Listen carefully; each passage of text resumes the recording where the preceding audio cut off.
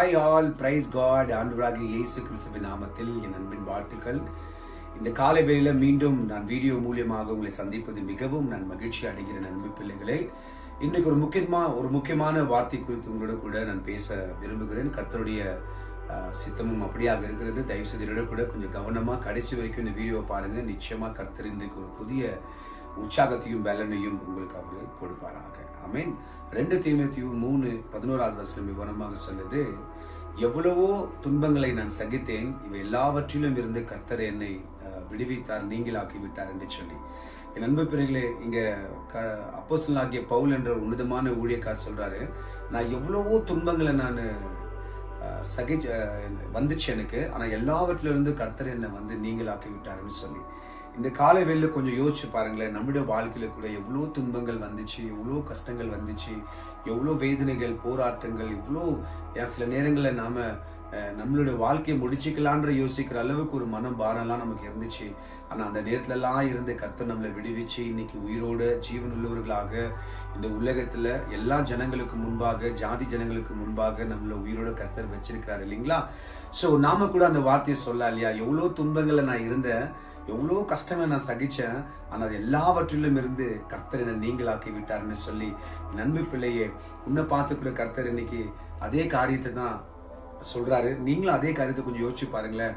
எவ்வளோ கஷ்டம், எவ்வளோ துன்பையா, நேற்று இரவு, போன மாசம், போன வாரம், நீங்க அப்படி பாருங்களேன், எவ்வளோ காரியங்கள் உங்களை நெருக்குச்சு, நீங்க கஷ்டப்பட்டீங்க, துன்பப்பட்டீங்க, எல்லா நேரங்களிலும் மனம் உடைஞ்சு போய் நின்னீங்க. ஆனாலும் நீங்க தோத்து போல, நீங்கள் அவமானப்படல, நீங்க செத்து போகல, இன்னைக்கு உயிரோடு இருக்கிறீங்க. காரணம் என்ன தெரியுமா? உங்களை நேசிக்கிற கர்த்தராகிய இயேசு கிறிஸ்து உங்களை விடுவிச்சிருக்கிறார், நீங்களாக்கி விட்டிருக்கிறார். இன்னைக்கு கூட இந்த நேரத்தில் இந்த வீடியோ பார்க்குற உங்களுடைய பக்கத்துல கூட தேவனுடைய கரம் இருக்குது. நான் நிச்சயமா அதை உணர்றேன். நண்பு பிள்ளையே, கவலைப்படாதீங்க. நீங்க எவ்வளோ காரியங்களை குறித்து வேதனைப்படுறதை விட எவ்வளோ வேதனையில கஷ்டத்துல நான் இருந்தேன், என்னை கர்த்தர் நீங்களாக்கி விடுவிச்சு இன்னைக்கு உயிரோட இந்த வீடியோவை கேட்க வச்சிருக்கிறான்ற மிகப்பெரிய நன்றி உள்ளத்தோடு இது பாருங்களேன். இந்த புதிய நாள்ல கர்த்தர் உங்களுக்கு பெரிய நன்மைகளை செய்வார்.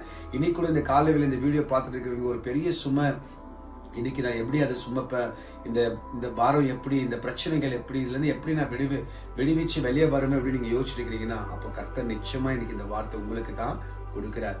இவ்வளோ தூரம் உங்களை காப்பாற்றி வழிநடத்தின கர்த்தர் இன்னைக்கு இருக்கக்கூடிய இந்த பிரச்சனையிலிருந்து இன்னைக்கு விடுவிச்சு இந்த புதிய நாள்ல உங்களுடைய கொம்பை கர்த்தர் உயர்த்துவார், உங்களுடைய தலையை கர்த்தர் உயர்த்துவார், உங்கள் குடும்பத்தை கர்த்தர் உயர்த்துவார்.